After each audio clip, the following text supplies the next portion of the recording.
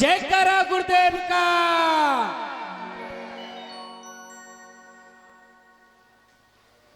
कितना सहज लगता है ये बोलना कि मेरी शान तिरंगा है, मेरी जान तिरंगा है, मेरा अरमान तिरंगा है। इतना शब्द बोलने के लिए तो आपको केवल उठाई जीप तलवे में दे मारी। इतना सस्ता नहीं था, इतनी सस्ती नहीं थी ये आजादी, ये स्वतंत्रता। इतनी महंगी थी आजादी कि बेटा इंतजार कर रहा है कब मेरा बापू आएगा और मेरे लिए नए खिलौने नए कपड़े लाएगा। इस आजादी को पाने में कितनी माताओं ने अपने सिंदूर पोंछे,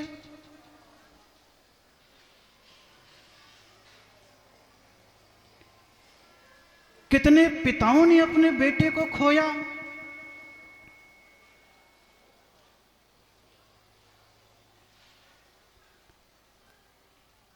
कितनी बच्चियों की इज्जत लूटी।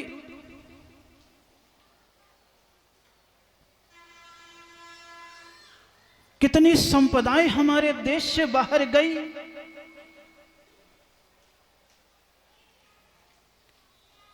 कितने खंडहर हमें मिले। कभी इसका भान होता है? नहीं होता। हम तो खुश हो जाते हैं 1 मीटर के तिरंगे को आसमान में लहरा करके। लेकिन उन लोगों ने 1 मीटर के शरीर को चिथड़े चिथड़े किए थे। उनके चिथड़े चिथड़े पने का सुपरिणाम आज हम यहां पर अमृत महोत्सव की आजादी के रूप में मनाने की चेष्टा कर रहे हैं। इसीलिए अनुभव नहीं होगा। अनुभव तो उस समय हो रहा था जब आजाद हुआ और पहला गीत गाया, ए मेरे वतन के लोगों जरा आंख में भर लो पानी, जो शहीद हुए हैं उनकी जरा याद करो। उस समय लता मंगेशकर गा रही है और जवाहरलाल के साथ सारे लोगों के आंखों में टप टप आंसू हैं। हम तो सूट बूट में हैं लेकिन ये किनारे पर सूट हो गए हैं। केवल इनके बूट के निशान हमारे बीच में रह गए हैं। उससे पहचाना जा रहा है कि कौन विदा हुआ है।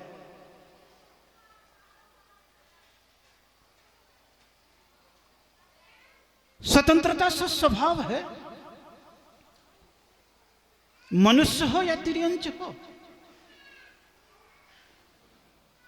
एक मैने को भी अगर पिंजरे में रख दो, दूध भात की जगह काजू मेवा किशमिश खिलाओ, तो भी वो इंतजार करती है कि कब पिंजरे का दरवाजा खुले और मैं स्वतंत्र आकाश में पंख फड़ा फड़काई उड़ जाऊं।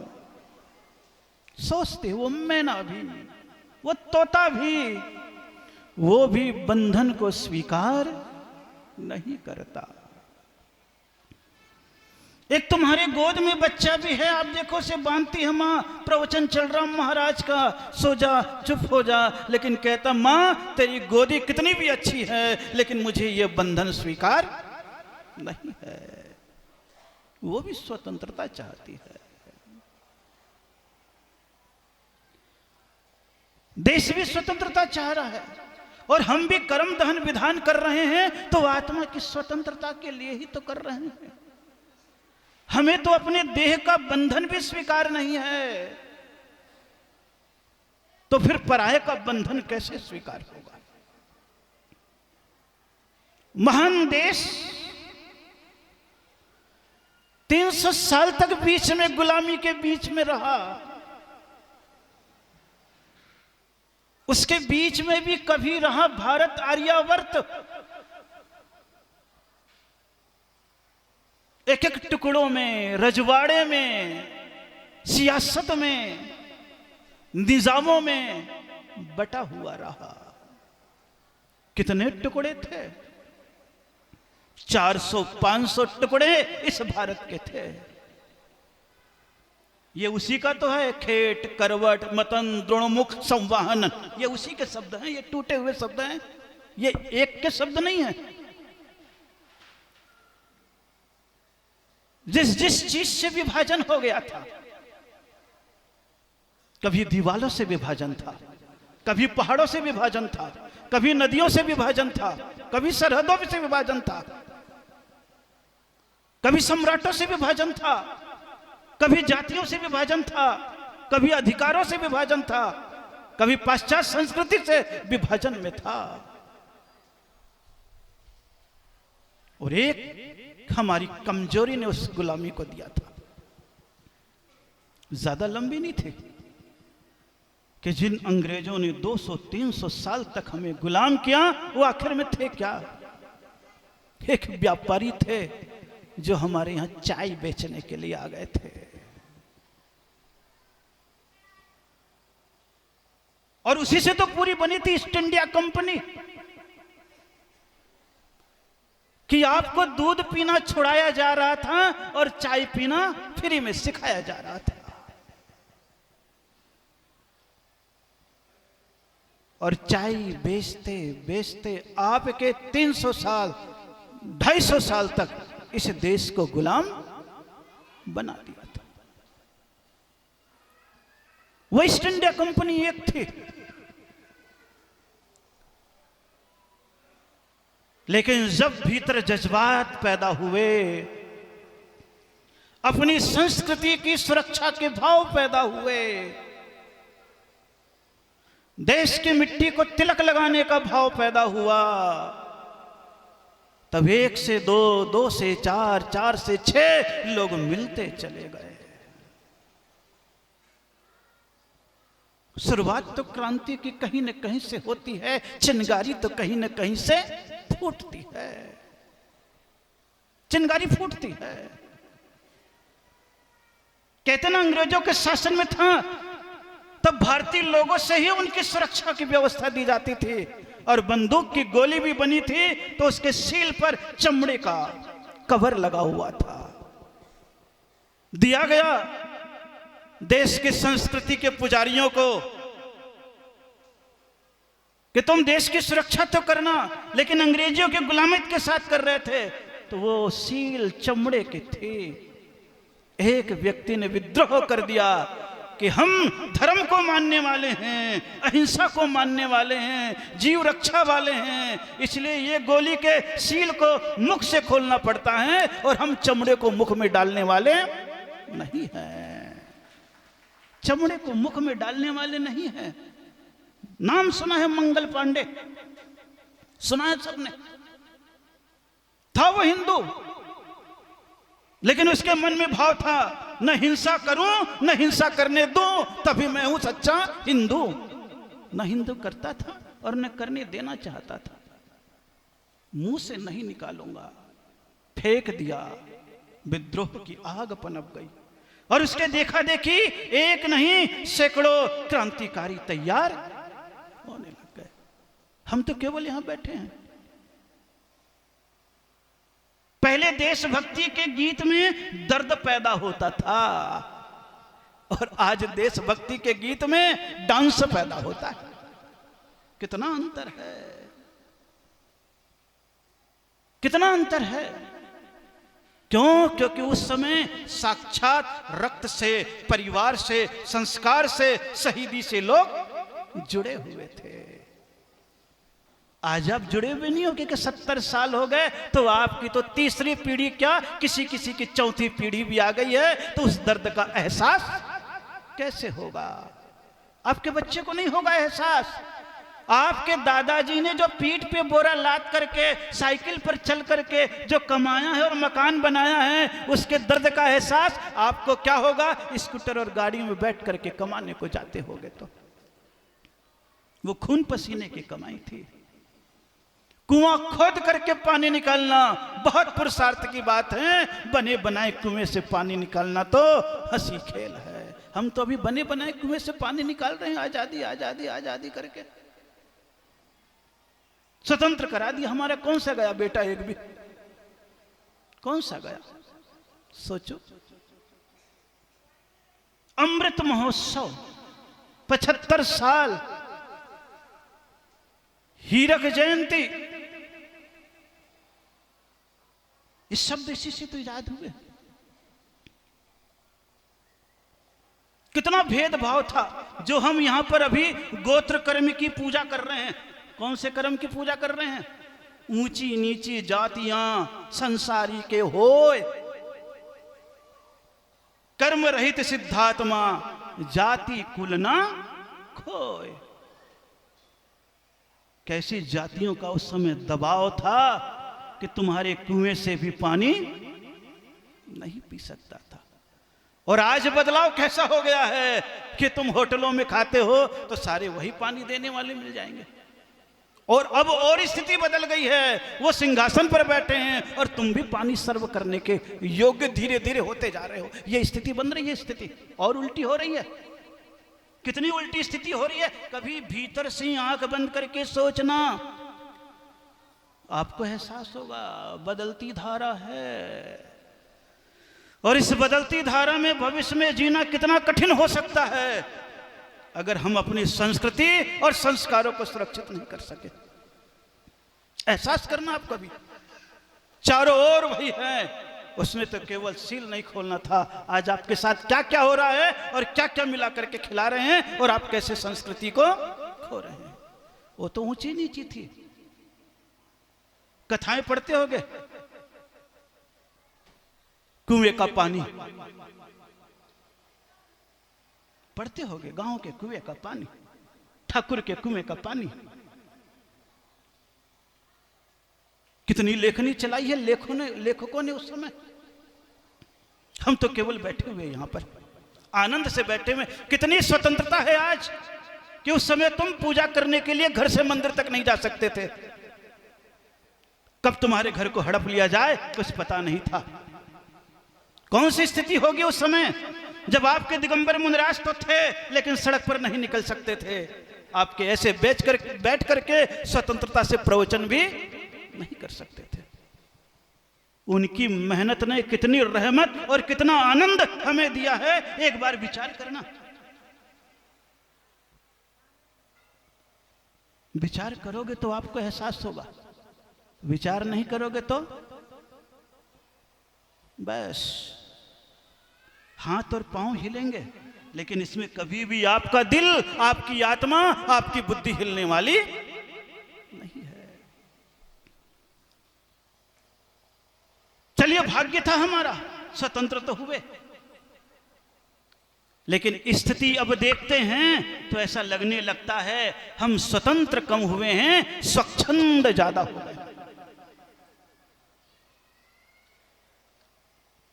उस समय तो वाचनिक और शारीरिक दबाव था, आज तुम्हारा मानसिक दबाव कितना फैल गया है। स्वच्छंद हो गए अपन उपद्रव करने के लिए, अपनी ही देश की संपत्ति के नुकसान के लिए, अपने ही भाई बंधु पर आक्रमण करने के लिए, किसी के मकान, दुकान और संस्कृति को उजाड़ने के लिए, शिक्षा और संस्कृति को मिटाने के लिए हम कितने स्वतंत्र हो गए हैं, स्वच्छंद हो गए। स्वतंत्र होना कोई बड़ी बात नहीं है, लेकिन स्वतंत्रता और अनुशासन ये दो चीजें हैं, ये दोनों एक दूसरे के विपरीत हैं। लेकिन जब दोनों मिल जाते हैं तो देश का, परिवार का, समाज का, जीवन का विकास करने में कारण बनते चले जाते हैं। ख्याल करना, स्वतंत्रता और अनुशासन ये दोनों विपरीत है। स्वतंत्रता आपसे क्या कहती है? उन्मुक्त हो जाओ, जो चाहे सो करो, लेकिन अनुशासन कहता है ऐसे वैसे मत कर लेना, अन्यथा मामला बिगड़ जाएगा। इसलिए जो देश की सुरक्षा करने में आज सबसे ज्यादा लगे हुए हैं, आर्मी सेना के लोग, आप देखिएगा पूरा देश स्वतंत्र है, लेकिन उनके साथ सबसे ज्यादा अनुशासनबद्ध हैं तो वही स्वतंत्र भारत की सुरक्षा करने वाले सेना है, क्योंकि वो अनुशासन में बंधे हैं। अगर वो अनुशासन में न बंधे होते तो आज जो हमारी दुर्दशा होती वो किसी से छुपा हुआ भी नहीं। मर मिटने के लिए आज भी तैयार हैं, आज भी तैयार हैं, क्योंकि अनुशासन में जी रहे। एक कदम उठता है तो दूसरा कदम भी आवाज से उठेगा, उनका स्वतंत्र उठने वाला नहीं है। दाएं बाएं भी बुनेंगे अनुशासन से। बंधन कितना है उनके साथ, जो स्वतंत्रता का आनंद हमें दे रहे हैं, सबसे ज्यादा बंधन उनके पास है। क्योंकि अगर बंधन में नहीं बनेंगे तो देश की सुरक्षा नहीं कर सकेंगे। जैसे मुनि जीवन हम लोग का स्वाधीन है, लेकिन आगम के नियम का अनुशासन ये बंधन है, और वो बंधन न हो तो मार्ग ही खत्म हो जाए। खाने के लिए आपके पास 36 प्रकार का भोजन है, आप भोजन खाने के लिए स्वतंत्र हैं, लेकिन अगर अनुशासन, नियम और मर्यादा ना हो तो कुछ भी अटरम सटरम खा लोगे तो बीमार आप ही पड़ोगे, दूसरा कोई पड़ने वाला नहीं है। इसलिए स्वतंत्रता के साथ अनुशासन आवश्यक हो जाता है। सड़क पर चलने के लिए आप स्वतंत्र हैं, लेकिन अनुशासन है। इधर वाले को दाएं चलना है, उधर वाले को बाएं चलना है, और अगर उल्टा सीधा चलने लग गए, स्वच्छंद होकर चलने लग गए तो एक्सीडेंट होना, जीवन का नुकसान होना अनिवार्य हो जाएगा। व्यापार करने के लिए आप स्वतंत्र हैं, लेकिन अनुशासन है। इतना से ज्यादा मुनाफा नहीं ले सकते, अन्यथा कानून का डंडा आपके ऊपर है। अनुशासन, स्वतंत्रता आपको कमाने की पूरी दी है, लेकिन अनुशासन दिया है ताकि दोनों का मेल मिलाप जहां हो जाएगा, बस वहीं पर धर्म आचरण और देश की प्रगति प्रारंभ होने लगेगी। ये जीवन भी जी रहे ना, पूजा पाठ करने के लिए आप स्वतंत्र हो, लेकिन आपको बांधा गया, धोती दुपट्टा पहनो, ऐसे बैठो, ऐसे चढ़ा, ये अनुशासन हो गया। अन्यथा स्वच्छंदता हो जाती तो, और ये दोनों का साथ है तब तक ही देश चल रहा है। अगर स्वतंत्रता में अनुशासन खो गया तो सारा मामला बिगड़ जाएगा। सोचो आप, 75 साल में कितने आगे हम बढ़ गए हैं कि सुई भी हमारी नहीं थी, आज सुपरसोनिक भी हमारे पास है। इतना देश आगे बढ़ा है। सड़क पर तुम रथ यात्रा भी नहीं निकाल सकते थे, और आप रोज चाहे तब कभी भी पंच कल्याणक प्रतिष्ठा विधान पूजा पाठ सड़कों पर कर सकते हो। मुनिराज को भी कश्मीर से कन्याकुमारी तक घुमा सकते हो। अभी थोड़ा बंधन है, अभी उतनी स्वतंत्रता नहीं कोई है। 2-4 राज्य ऐसे भी हैं जहां मुनिराज अभी नहीं घूम सकते हैं, अभी भी ऐसी स्थिति है। जबकि जितने धर्म हैं वो सारे के सारे यही भारत के ही हैं, चाहे हिंदू हो, चाहे मुस्लिम हो, चाहे सिख हो, चाहे ईसाई हो, चाहे बौद्ध हो, चाहे जैन हो। सब धर्म वाले सब जगह घूम पा रहे हैं, लेकिन अभी जैन धर्म वाले भी पूर्ण तरीके से भ्रमण नहीं कर पा रहे। जिस जिस राज्य में नहीं घूम पाते, वहां वहां कहीं ना कहीं अनुशासन बदलता नहीं, स्वच्छंदता है कि धर्म धर्मात्मा को देखे और मामला बिगड़ जाता है। ये अनुशासन और स्वतंत्रता दोनों एक दूसरे के सहयोगी है। और वो विकृति धीरे धीरे प्रवेश करी है तो हमारी धार्मिक संस्कृति कितनी खोई है, आप कभी कभी सोचने लग जाना। हम तो केवल आनंद ले रहे हैं, पूजा करके, पाठ करके, भक्ति करके, कमा करके, परिवार को बचा करके। देश प्रेम की हम लोग बात जरूर करेंगे, लेकिन जब भी कभी हमारा बेटा आगे पढ़ेगा लिखेगा तो हम यही सोचेंगे ऊंची से ऊंची नौकरी मिल जाए, चाहे वो विदेश क्यों ना पहुंच जाए। भाव जगते हैं कि नहीं आपके? जननी जन्मभूमि से स्वर्गादपि गरीयसी बोलेंगे कि जननी और जन्मभूमि स्वर्ग के समान हैं, लेकिन जैसे ही आपके पुत्र योग्य हो जाएंगे पढ़ने लिखने से, यहीं के खाएंगे, यहीं के पिएंगे, यहीं के जिएंगे और योग्य हो जाएंगे तो कहां जाएंगे? क्यों? क्योंकि आकर्षण है। किसका आकर्षण है? बोले बहुत कमाता है। और जब चला जाएगा तो घर वाले माता पिता ही कहेंगे बेटा विदेश में बहुत कमाता है लेकिन हमारे घर में बहुत कम आता है, फिर रोएंगे। कमाता तो है लेकिन फिर क्या होता है, बहुत कम आता है, क्योंकि साल 2 साल 5 साल 3 साल में आ गया और कहीं वहीं का बासिंदा हो गया तो अपने घर परिवार संस्कार संस्कृति आचरण से धीरे धीरे धीरे धीरे लुप्तता आती चली जाएगी। हमारे जीवन की कैसी स्वतंत्र व्यवस्था थी कि आपको आनंद देने के लिए सारी चीजें, हमारी संस्कृति के शब्द आपको प्रेरित करते थे, लेकिन प्रेरित करते करते वो सारी चीजें बदलती चली गई। कहीं आपको मेहमान बना करके भी रुकाते थे तो कहते थे धर्मशाला। क्या कह देते थे, धर्मशाला। और आज क्या कह देते हैं,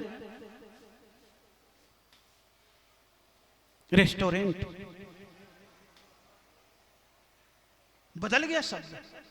धर्मशाला में आपके भाव क्या थे,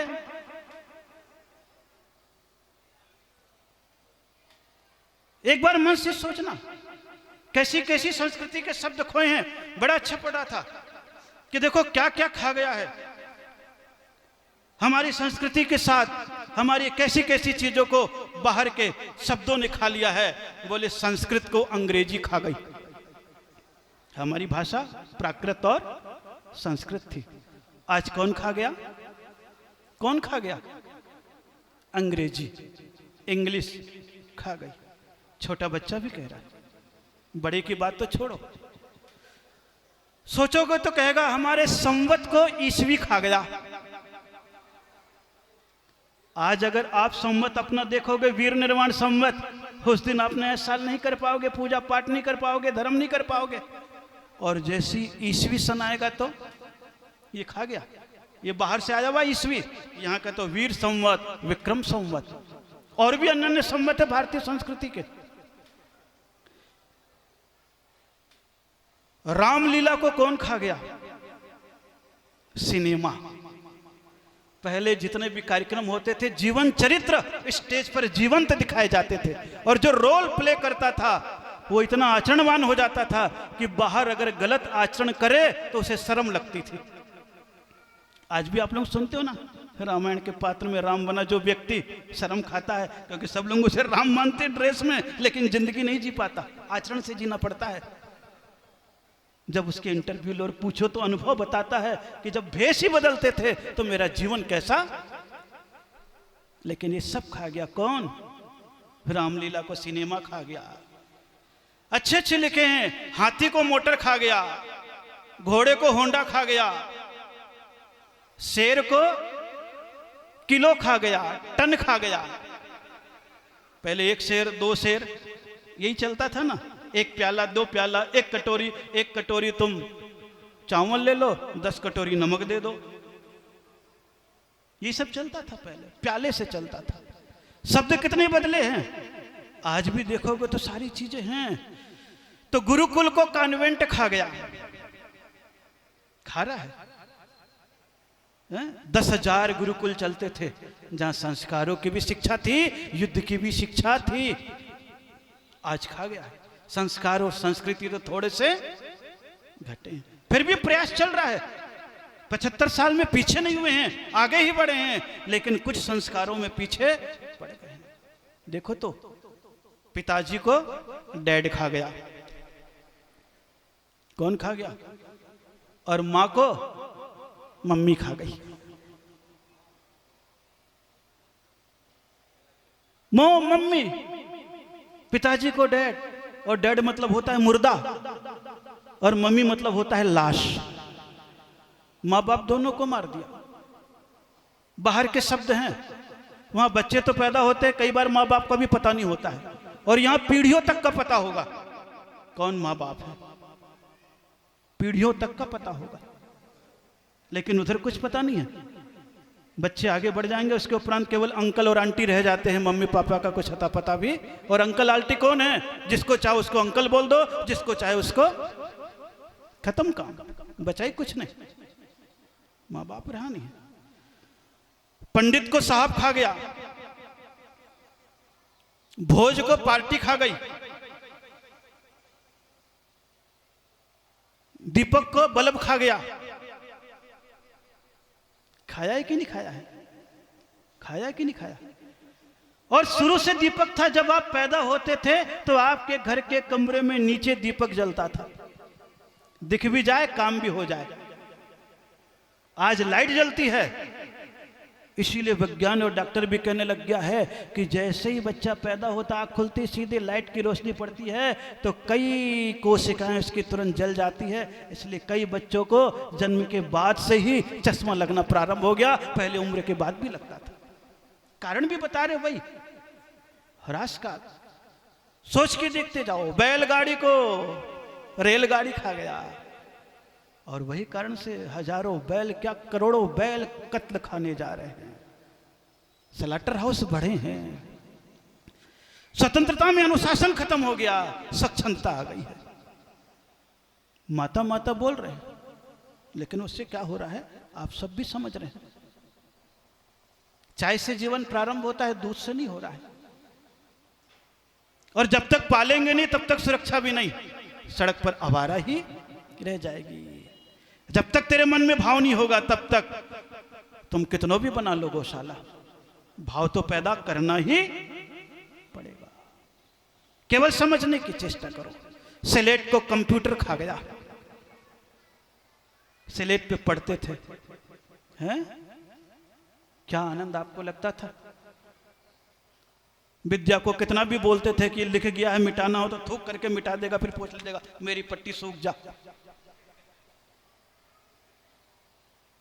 वो भी दिन देखे होंगे आपने। मिट्टी से जुड़ाव था, पत्थर से जुड़ाव था। जो बातचीत था सामने बैठ करके बात, उसमें आपका चित्त लगा हुआ था, उस बातचीत को भी फोन ने खा गया। और आपके घर को बंगला ने खा लिया, इसलिए बगले झांकते रहते हो। कितनी सारी चीजें थी और कैसे खा गया। आपके प्रणाम को टाटा ने खा दिया। किसने खा लिया? Bye bye. सोचो आप, ये सारी संस्कृतियों का नुकसान अपने साथ ही हुआ है। और इसमें बदलाव के कुछ क्षण आ रहे हैं, प्रयास किया जा रहा है। सब चीज को नहीं बदलना जरूरी है, क्योंकि प्रगति भी आवश्यक है, लेकिन प्रगति के साथ हमारी संस्कृति भी आवश्यक है। स्नेह प्रेम भी आवश्यक है। सभी लोग मिलकर के एक हो गए, तब देश को आजादी मिलने लगी। और जो बाहर की विकृतियां थी, केवल एक नारे लग गए, भारत छोड़ो, से सबको यहां से ताकत थी। कुछ ताकत का भी इस्तेमाल हुआ है, तो कुछ वाणी के मधुर व्यवहार का भी इस्तेमाल हुआ है। ये जीवन हमें मिला हुआ है, चल रहे हैं आजादी के साथ। हमें भी चाहिए कि हे प्रभु, केवल ये नहीं फहराएं बस, ये रंग अपने भीतर भी फहरे। ये तिरंगा तो है, बीच में और नीला और लाल भी है। बना देते ना चक्र, लेकिन वो साइलेंट है। ये जेएनयू के पचरंगा झंडा है, उसमें 3 रंग महत्वपूर्ण हो गए हैं। ये भगवान के रंगों से ही बने हैं, और किसी से नहीं बने हैं। जो आप 24 तीर्थंकर बोलते हैं ना, वो 24 तीर्थंकर के पचरंगा और तिरंगा झंडा बना। ये नीला भी उसी का बीच में डाला हुआ है, बीच में लाल भी शेर बन जाता है, चक्र बिंदी बन जाती है, पचरंगा है। 3 को उजागर किया है। ये अपने 24 तीर्थंकर के रंग हैं। कौन से रंग हैं? 2 गोरे 2 सांवले 2 हरे 2 लाल, और 16 कंचन में सोहे। यही पीला है, यही लाल है, यही हरा है, यही नीला है। ये जैन धर्म के ध्वजा के रंग है, भगवान के रंग है 24 तीर्थंकर के। प्रतीकों में कई सारी बातें सामने आएगी, लेकिन हम लोग तो आनंद के साथ अभी प्रभु की आराधना कर रहे हैं। कि प्रभु देश तो 75 साल पहले स्वतंत्र हो गया, लेकिन हमारी उम्र भी 75 साल की हो गई है, लेकिन अभी हमें भी त्याग और अपनी आत्मा को स्वतंत्र करने का भाव भी नहीं जग रहा है, त्याग और आचरण के भाव भी नहीं जग रहे। लेकिन आज हम आए हैं यहाँ पर, अपने जो जीवन का ऊंच और नीच बना है उसको हम ऊंचाई की ओर ले जाएंगे। और ऊंचाई जन्म से नहीं आती है, तुम्हारे कर्म से, तुम्हारे आचरण से आती है। महावीर के शब्द को पढ़ते हो ना, तुम जन्म से नहीं कर्म से महान बनते हो। आज हमारी जैन की संख्या अगर कम है तो हमने कर्म से जैन मानना बंद कर दिया है, केवल जन्म से ही जैन मानने लगे। आज हमारी आबादी इसलिए कम है। अन्यथा सदाचारी को जरा सा नमोकार सिखा दो, जिन धर्म की वंदना सिखा दो, मध्यमास मधु का त्याग सिखा दो, वही जैन बन गया। करोड़ों की संख्या है, लेकिन जन्म से मानते हो। और सूत्र दीवालों पे लिखवाते हैं, व्यक्ति जन्म से नहीं कर्म से महान बनता है। जन्म के बाद जैन कुल में पैदा हो गया और कहीं व्यसन से युक्त है, शराब भी पी रहा है तो भी जैन है, और दूसरा अगर उसका त्याग भी करके आ जाता है तो हम लोग उसे स्वीकार।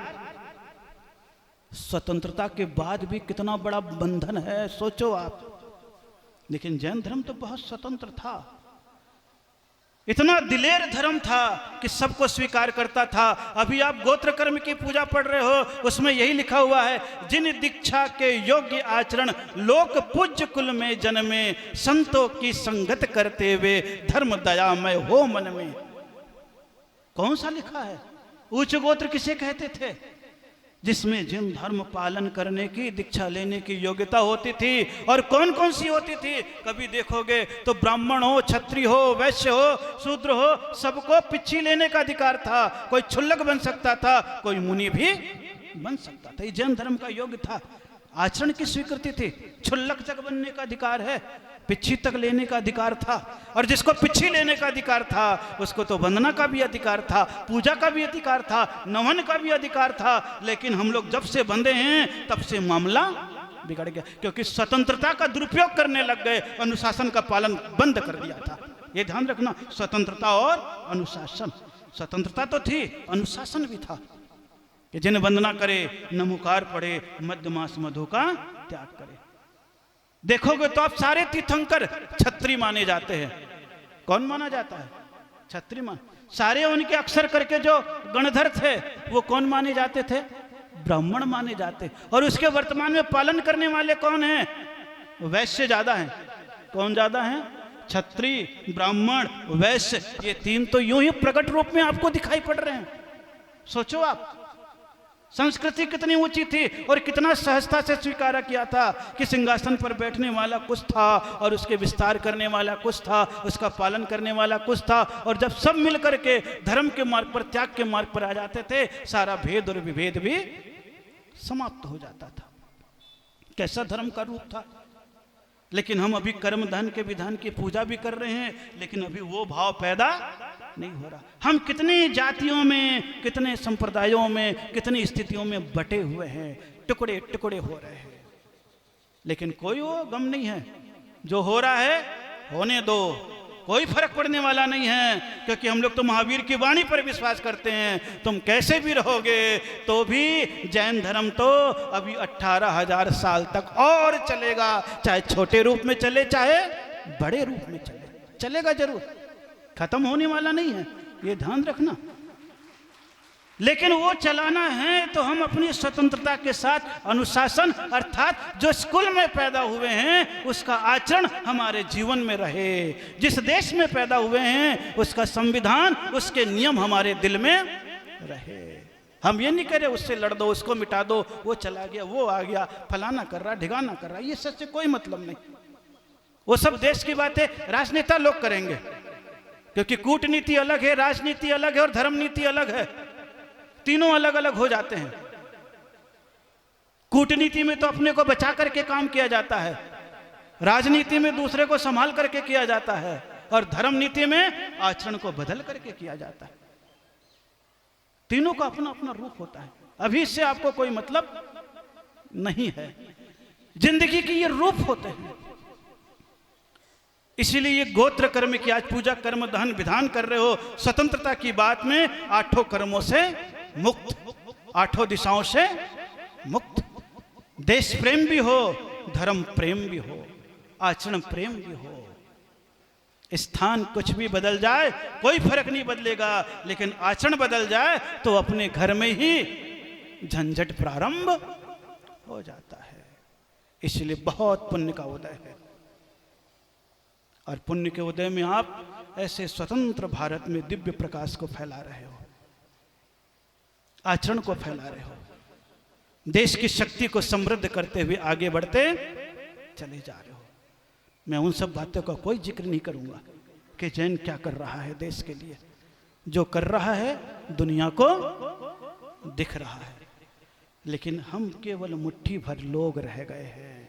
कौन से लोग रह गए हैं? मुट्ठी भर लोग, लेकिन उसमें भी स्वाद है। भोजन किलो भर हो, चुटकी भर नमक उसके स्वाद को बदल देता है। 100 करोड़ में 1 करोड़ भी जैनी हैं तो वो नमक की भांति हैं, देश की प्रगति में इतना अच्छा स्वाद दे रहे हैं कि देश वालों को भी कहना पड़ता है जैनियों का योगदान टैक्स में भी बहुत है, शिक्षा में भी बहुत है, व्यापार में भी बहुत है, शांति में भी बहुत है, सहयोग में भी बहुत है, और देश प्रेम में भी। कहते कि नहीं कहते?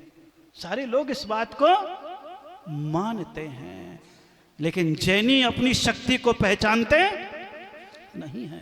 अगर पहचान जाओ तो एक क्षण में एक एक चीज तैयार हो जाए। आपके द्रोणगिरी में, बड़ा मलहेरा में, जिले में ही सारे यहाँ जैनी बैठे होंगे। दूर दूर तक बच्चे को पढ़ने के लिए पहुंचाते हो, लाख लाख रुपए महीने का, साल का खर्च कर देते हो। अरे 50 परिवार भी अगर ऐसे बाहर पहुंचाता है, 100 परिवार भी इधर उधर का पहुंचाता है, वो 100 परिवार भी एक हो जाते हैं और कहते हैं हम बच्चे को एडमिशन फीस और ये देते हुए लाख रुपए साल का खर्च कर रहे हैं। एक बार सभी लोग, उतने घर वाले 1-1 लाख रुपए भी निकाल देते हैं तो 100 लाख होता है। एक स्कूल तो यूं ही आपका यहां तैयार हो जाएगा।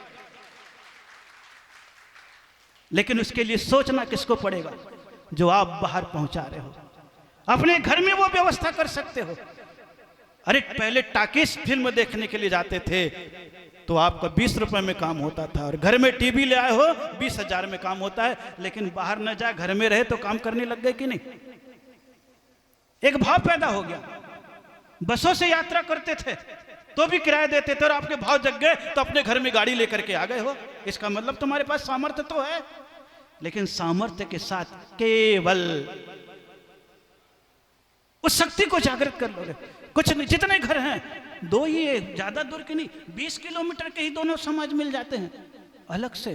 कितने बच्चों को? 50 घर जैनी के होंगे, जो बाहर कोई छतरपुर पहुंचाता होगा तो कोई सागर पहुंचाता होगा तो कोई कुछ भी तो नहीं करना। एक हिम्मत ही तो करनी है, और हिम्मत किया 100 घर के लोग जो पहुंचाते दूर, जो बिल्कुल यूं उनको कुछ नहीं बोलूंगा, लेकिन जो हैं, क्योंकि पानी बाल्टी में भरा है, बाहर निकल जाए बस उसका काम आ जाएगा, नहीं तो नाली में ही बहेगा वो पानी, कोई काम में आने वाला नहीं है तुम्हारे पास। दूसरे को दे रहे हो, वहां पढ़ने के लिए भेज करके दे रहे हो, अपनी सामर्थ्य पैदा नहीं कर पा रहे। और एक बार सामर्थ्य पैदा कर लिया तो यही है, 50-100 घर 1 मिनट में तैयार होता है। केवल मैदान में आने की देरी है, और मैदान में वही आता है जिसके पास कान के साथ प्राण होता है, और प्राण के साथ प्राण प्रिय जो आपके पास है वो होता है। स्वतंत्रता भी है और अनुशासन भी है उसमें, लेकिन स्वच्छंदता नहीं है, इधर उधर की प्रवृत्तियां नहीं है। इसलिए मैं तो केवल बता रहा हूं आपको, कोई भी चीज के लिए आप असमर्थ नहीं है, समर्थ हैं, लेकिन केवल अभी आपको भाव जो पैदा किया है, पूजा पाठ, धर्म, मूर्ति, मंदिर, शिखर, इसके लिए किया गया है। वो चीज आप करते हो, वो तो संस्कृति है, वो हमारी श्रद्धा है, उससे कभी भी पीछे मत हटना। जितने तुम्हारे हो उतने आगे बढ़ जाना, लेकिन वो संस्कार के साथ शिक्षा में अगर आप आगे बढ़ते हो, आपके यहाँ ही सारी चीजें यहीं के लोगों द्वारा, यहीं के लिए, यहीं से सारी चीजें एक क्षण में ही तैयार हो जाएगी। कहीं इधर उधर भागने की आवश्यकता भी नहीं पड़ेगी, लेकिन भीतर एक जज्बात पैदा होना चाहिए। योग्यता पैदा होनी चाहिए, दर्द पैदा होना चाहिए कि प्रभु तुमने हम पर कृपा करी है, हम इतने ऊंचे उठ गए हैं, तो मेरे पास जो समाज से आया है उसको हम फर्ज अदा करने के लिए समाज के उत्थान में ही एक बार फिर से लगाने की चेष्टा करेंगे, तो वही पानी का सर्कल रहट की भांति ऊपर से नीचे होने लग जाएगा। लेकिन वो भाव पैदा हमें ही करना पड़ेगा, हिम्मत के साथ करना पड़ेगा, तब हम आगे बढ़ते चले जाएंगे। तो आज देश है, देश के लिए जो कुछ कर रहे हैं बहुत अच्छी बात है, धर्म के लिए जो कुछ कर रहे हैं बहुत अच्छी बात है, अपने परिवार के लिए जो कुछ कर रहे हैं वो भी बहुत अच्छी परिवार है। लेकिन अपने जैसे भी बहुत सारे लोग हैं, उनके परिवार भी हैं, उनके लिए भी करने का भाव पैदा हो जाता है, तो वो भावना सार्थक हो जाता है। फैले प्रेम परस्पर जग में, मोह दूर पर रहा करे। क्योंकि मोह तो अपनों के लिए होता है, परिवार के लिए होता है, और प्रेम सबके लिए होता है, उसमें कोई भेद नहीं होता है। तो इसलिए वो भेद अभी हम दूसरे तरफ न जाकर के अपने तरफ ही जाएं। ऊंची नीची जातियां ऊपर नीचे सब छोड़ें, केवल जैन जैन सामाजिक कार्य के लिए, व्यक्तिगत पारिवारिक कार्य के लिए आप भले अलग अलग रहो, मुझे कोई भी मनाही नहीं है। पारिवारिक कार्य के लिए कैसे भी रहो, सामाजिक और धार्मिक कार्य के लिए, नैतिक कार्य के लिए सब एक हो जाओ बस, और कुछ नहीं है। यूं आपकी पांचों अंगुलियां अलग अलग है, लेकिन जब भी खाना होता है तो पांचों अंगुली एक हो जाती है। होती कि नहीं होती? होती कि नहीं होती? बस ऐसे सोचो, पांचों अंगुलियां अलग अलग, कैसे आप हो आप जानो।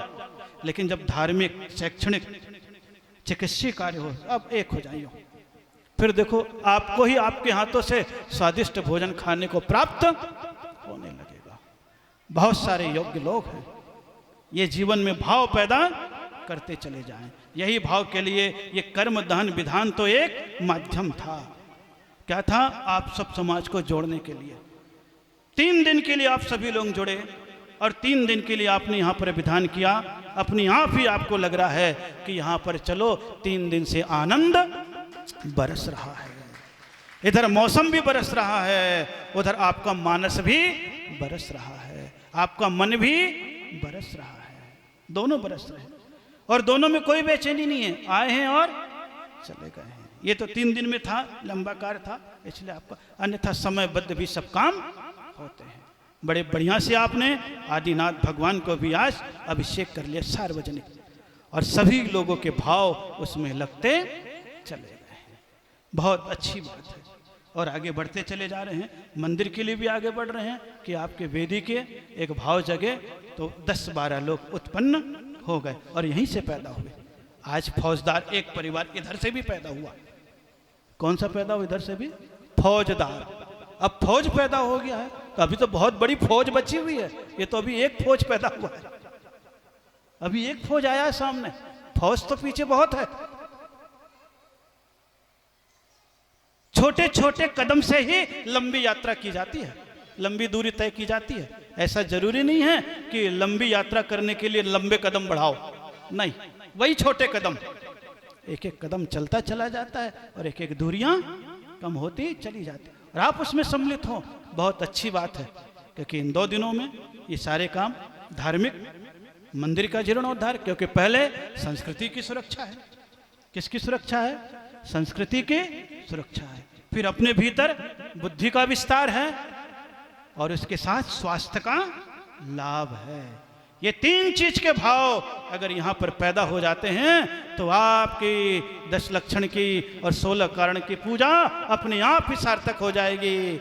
ज्ञानाभ्यास करे मन माही, ताके मोह निस्दिन वैया व्रत करैया, सो निश्चय भव, और दरस विशुद्धि धरे जो कोई, ताको आवा। ये 3 लाइन जैनियों के 16 कारण भावना है। तो पहली भावना संस्कृति की है, दरस विशुद्धि धरे जो कोई। वो आपके यहाँ वैसे 50 मंदिर हैं, लेकिन अब इस वेदियों के सौंदर्यीकरण का एक कार्य है, जिसके बहाने पूरा मंदिर चमक जाए। ये है दरस विशुद्धि। ज्ञानाभ्यास करे मन माही, ये आपकी शिक्षा है, और निस्दिन वैया व्रत करैया, ये आपकी चिकित्सा है, सेवा है। अभी 16 नहीं बोल रहा हूं, केवल 3 को बोल रहा हूं। 3 भी अगर आपके जीवन में आ गया तो आपके तो अपने आप ही द्रोणगिरी क्या, आजू बाजू के समाज की बीन चारों तरफ सुनाई पड़ने लग जाएगी। गजब, वहां के लोग ऐसे थे कि सारा काम ये लोग ही करते हैं, कोई दूसरा नहीं करता है। इसलिए अपने जीवन को उठाओ, परिणामों को आगे बढ़ाते चले जाओ। 11:15 बजने को है। क्या है? 11:15 बजने को है। अभी सब कुछ होगा, ये होगा, फिर हवन भी होगा, फिर भोजन भी होगा, फिर आपका गमन भी होगा, सब कुछ होगा। लेकिन ये 15 अगस्त तक के 3 दिन का अवसर बहुत आनंदित रहा। जितने भी बाहर के यहाँ पर आए उन्होंने बहुत बहुत काम किया, उनको भी बहुत बहुत आशीर्वाद। और जो इस तरफ के आए, जरा सा पुरुषार्थ कमेटी ने और 5 लोगों ने किया, ये 250-300 लोग पूरे के पूरे एक क्षण में इकट्ठे हो गए। और वो इकट्ठा होना एक आपके मनोभावों को दर्शा रहा है। किसको दर्शा रहा है? आपके मनोभावों को दर्शा रहा है। जो आप अभी सुन रहे थे पंडित जी से, नई नई पहचान बदल गई रिश्ते में, बाकी नहीं बोलूंगा। ये नई नई पहचान, कौन सी पहचान? ये बाहर वालों को कुछ नहीं कहेंगे, उनको तो मैं हमेशा कहता हूं अपने तो अपने, वो तो है। ये सारे आजू बाजू के सब समाज के लोग बैठे हुए हैं जिन्हें मैं पहचानता तो नहीं हूं, और मैं चेहरे से न पहचानूं। मैं तो चाहूं आपको काम से पहचानूं, चेहरे से नहीं पहचानूं। काम आपका बोलने लग जाए, बाहर निकल। चेहरा तो मैं जिस चाहेगा उसका पहचान लूंगा। 30 साल पहले का भी चेहरा पहचानता हूं, 40 साल पहले का भी पहचान लूंगा। पहचान आंखों का विषय है, और काम की पहचान ये दिल का रिश्ता है। कौन सा रिश्ता है? मन का रिश्ता है। उसका अपना आनंद है, उसकी अपनी जीवनी है। पुरानी पीढ़ी, नई पीढ़ी अपने आप में अपनी शक्ति को पहचाने। आज की तुम्हारी मेहनत कल समाज के लिए रहमत बनेगी, किसी दूसरे के लिए बनने वाली नहीं है। इसलिए जीवन का क्षण गोत्र कर्म, ऊंच गोत्र में अपने को जाना है तो ऊंच काम भी करना ही पड़ेगा। नहीं तो अतीत के पुण्य से आगे उच्च गोत्र में और काम वही रहा तो फिर तो आप जाने आपका। अभी नहीं आगे बोलूंगा मैं, अभी तो संभावना के द्वार पूरे खुले हैं। किसके द्वार पूरे खुले हैं? संभावना के द्वार पूरे खुले हैं। इसलिए मैंने आपसे बात कह दी, पता नहीं कल आपसे मिलूं कि ना मिलूं। क्यों? कल आप कहीं हम यहीं, आप कहीं हम, लेकिन अपनी बात जरूर आपसे कहा।